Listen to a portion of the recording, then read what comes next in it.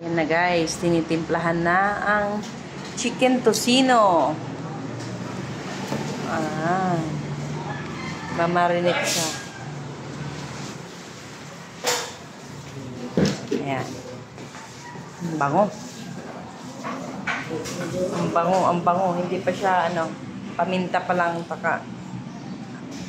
Puro manok na naman. Nilipad na sila. Tapos nalagyan ng asukal. So, asin lang pala yan at saka food color. Tapos, dapat ito kagabi pa minarinate para para kumapit yung lasa.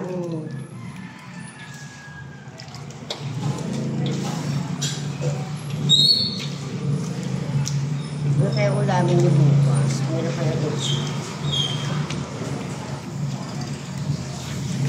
Ayan. Oh, diba? Chicken tocino. Mga pinag-uulang wala sa panahon. Uy, naubos ko. Hindi pinaubos yung pinaubos kay Miko yung kahapon. Ayan, oh.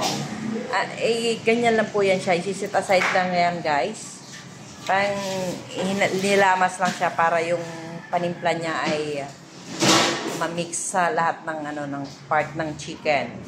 Then ayan na siya. Sit aside, mamaya piprituhin na siya kapag umano na yung panimpla. Oo nga daw. Madaling araw. Anak ni Balat, gusto madagdag na eh. Ang mukha si Lele. Yummy.